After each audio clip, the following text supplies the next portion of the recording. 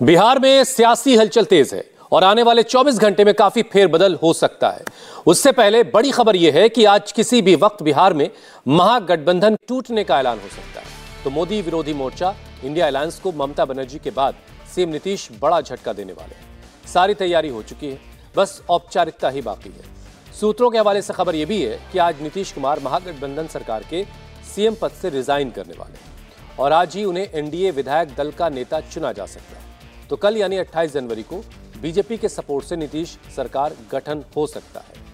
इस बीच बड़ी खबर यह है कि लालू यादव कई बार नीतीश कुमार से संपर्क करने की कोशिश कर चुके हैं, लेकिन नीतीश ने लालू का फोन नहीं उठाया। इधर बिहार के सभी दलों के बीच बैठकों का दौर जारी है।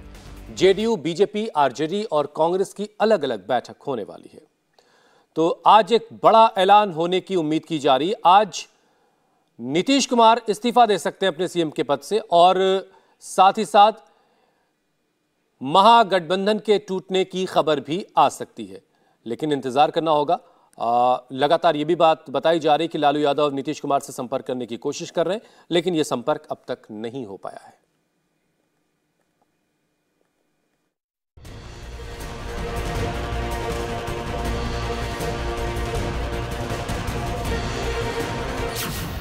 दो 2024 चुनाव से पहले बिहार में फिर सियासी उलटफेर।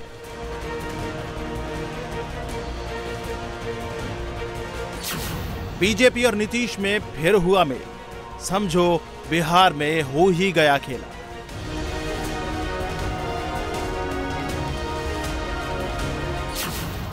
अट्ठाईस जनवरी का इंतजार। बिहार में बदल जाएगी सरकार।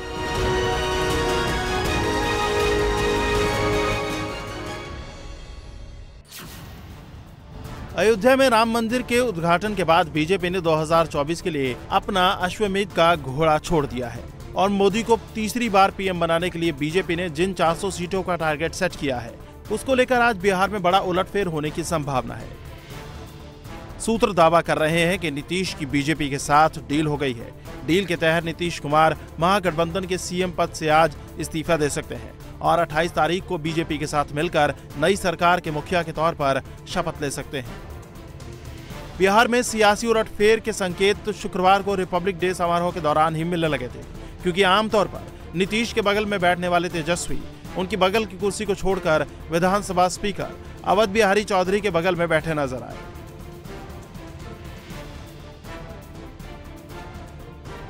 फिर शाम को राज्यपाल के यहां कार्यक्रम में नीतीश कुमार और बीजेपी नेता तो पहुंचे, लेकिन तेजस्वी यादव नहीं पहुंचे।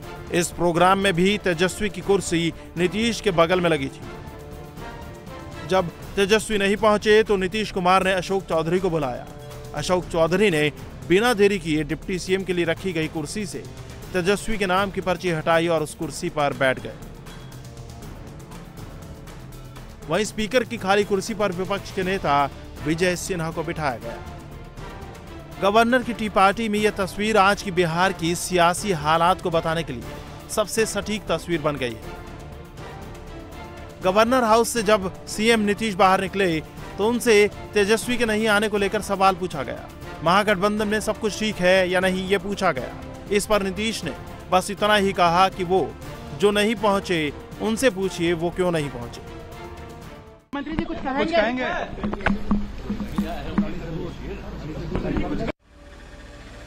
अब इन तल्खियों के बाद बिहार में महागठबंधन का टूटना तय है।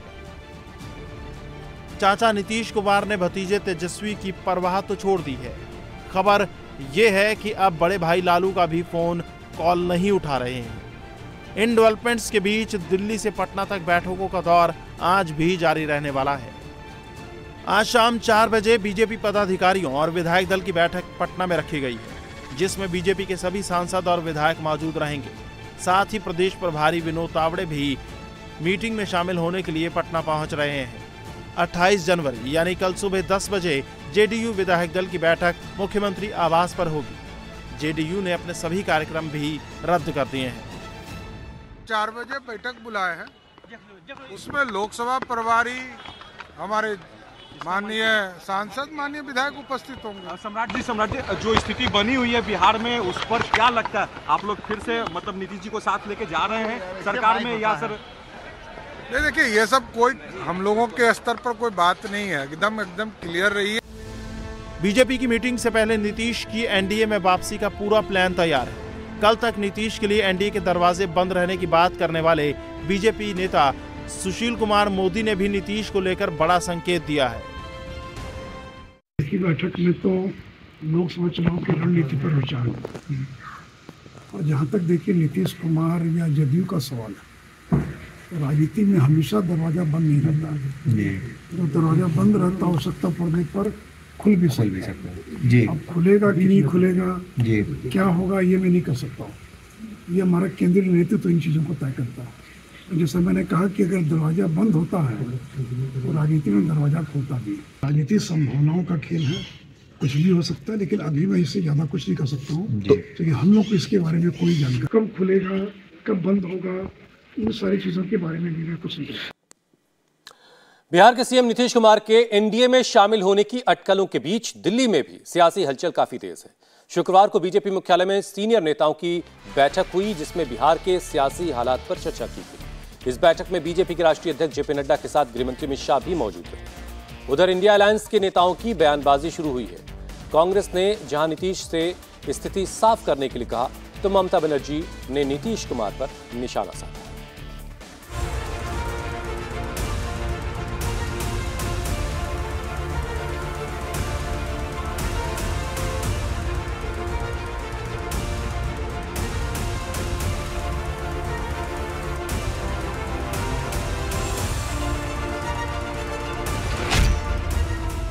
बिहार के घमासान पर दिल्ली में हलचल। बीजेपी आलाकमान की बिहार पर नजर। बिहार को लेकर क्या फैसला लेगी बीजेपी? बिहार में जारी सियासी घमासान को लेकर दिल्ली में बीजेपी आलाकमान पिछले 2 दिन से फुल एक्टिव है। आरजेडी और जेडीयू में तल्खी को लेकर शुक्रवार को भी बीजेपी हेडक्वार्टर में बिहार के मौजूदा राजनीतिक हालात को लेकर मंथन हुआ। सूत्रों के मुताबिक इस बैठक में बीजेपी अध्यक्ष जेपी नड्डा के अलावा गृह मंत्री अमित शाह, पार्टी महासचिव बीएल संतोष और बिहार के प्रभारी विनोद तावड़े के साथ बिहार के कई सीनियर नेता भी मौजूद रहे और हालात पर चर्चा की। हालांकि इस बैठक को लेकर बीजेपी के किसी नेता ने कुछ भी नहीं कहा। सबने यही कहा कि बिहार को लेकर जो भी फैसला लेना है पार्टी आलाकमान लेगी। मैं चाहूँ पार्टी जो निर्णय लेगी एनडीए में आए। भाई देखो, एनडीए का अपना अपना महत्व है। एनडीए के नेता जो हमारे हैं वो जो चाहेंगे वो हम लोग चाहेंगे। के दरवाजे जो खुले वो खुल गए हैं क्या नीतीश कुमार? बंद जो दरवाजे थे सुशील हमारे दरवाजे तो सदा बंद हैं। आगे मैं कार्य करता हूँ, पार्टी सर्वोपरि।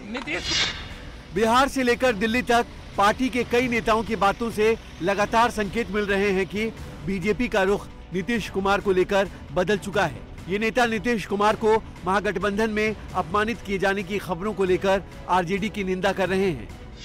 नीतीश जी के साथ मिसबिहेव किया जा रहा है उनके गठबंधन के द्वारा, और सिर्फ इसलिए क्योंकि उन्होंने परिवारवाद के ऊपर एक टिप्पणी कर दी। कर्पूरी ठाकुर जी के रेफरेंस में, समाजवाद के रेफरेंस में परिवारवाद पे एक टिप्पणी कर दी, तो लालू जी ने अपने बच्चों द्वारा उनके ऊपर आक्षेप लगाने शुरू कर दिए। ये किस प्रकार का गठबंधन है, किस प्रकार की आपस में मोहब्बत है, ये दिखती है। तो कहीं ना कहीं तो आदमी को चुभती है। नीतीश जी वरिष्ठ आदमी हैं और वरिष्ठ नेता हैं देश के। आप अपने बच्चों द्वारा, अपनी बेटियों द्वारा जो उनकी पोतियों की उम्र की हैं, उनसे आप टिप्पणियाँ कराएंगे तो अच्छी बात नहीं है। कांग्रेस को भी लग रहा है कि बिहार में जो कुछ भी दिख रहा है वो इंडी गठबंधन के लिए अच्छे संकेत नहीं है। लिहाजा पार्टी ने बिहार के सीएम नीतीश कुमार से स्थिति को साफ करने को कहा है। नीतीश जी तो सबसे पहले आगे बढ़े थे इंडिया को बनाने के लिए। आज उन्हीं को लेकर तरह तरह की बातें हो रही हैं।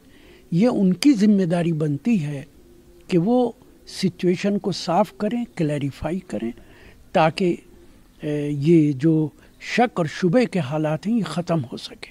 फैसला तो नीतीश कुमार जी को करना है, और ऐसे हालात कैसे पैदा हो गए, किस तरीके का माहौल खड़ा हो गया, शक के दायरे में उनकी पार्टी आ गई है। और ये कम से कम पिछले एक हफ्ते से लगातार इस तरीके की खबरें आ रही हैं और नीतीश जी इनको इन तमाम बातों को क्लैरिफाई नहीं कर रहे। उधर समाजवादी पार्टी के अध्यक्ष अखिलेश यादव ने अभी उम्मीद नहीं छोड़ी है। उन्हें यकीन है कि नीतीश कुमार इंडी गठबंधन को छोड़कर नहीं जाएंगे। ये कोई सौहार्द नहीं है। हमें उम्मीद है कि नीतीश जी एनडीए में नहीं जाएंगे। नीतीश जी इंडिया गठबंधन को मजबूत करेंगे। नीतीश कुमार के इंडी गठबंधन छोड़ने और एनडीए के खेमे में जाने की अफवाह को लेकर पश्चिम बंगाल की सीएम ममता बनर्जी नीतीश कुमार पर हमलावर हो गई। ममता ने कहा कि नीतीश कुमार के बाहर निकलने से विपक्षी गठबंधन पर ज्यादा असर नहीं पड़ेगा। ममता ने कहा, मुझे लगता है कि नीतीश कुमार ने बिहार के लोगों की नजर में अपनी विश्वसनीयता खो दी है। अगर वो इस्तीफा देते हैं तो तेजस्वी यादव के लिए बिहार में सुचारू रूप से काम करना आसान हो जाएगा। 23 जनवरी तक बिहार में सब कुछ ठीक दिख रहा था। उसके बाद केंद्र सरकार ने जैसे ही जननायक स्वर्गीय कर्पूरी ठाकुर को भारत रत्न देने का ऐलान किया, बिहार में सियासी हलचल तेज हो गई। नीतीश कुमार ने पूर्व सीएम कर्पूरी ठाकुर की 100वीं जयंती पर परिवारवाद को लेकर हमला किया, जिसका जवाब देते हुए लालू की बेटी रोहिणी आचार्य ने नीतीश को बार बार विचारधारा बदलने वाला ही बता दिया। माना जा रहा है कि रोहिणी के इसी बयान के बाद नीतीश भड़क गए और बिहार की राजनीति को अचानक मोड़ कर रख दिया। अफवाह और कयासों की बात अगर सच हुई तो अगले 24 घंटे में बिहार में नई सरकार बन सकती है, जिसमें मुखिया तो नीतीश कुमार ही रहेंगे, लेकिन उनके सहयोगी लालू नहीं बल्कि बीजेपी हो सकती है।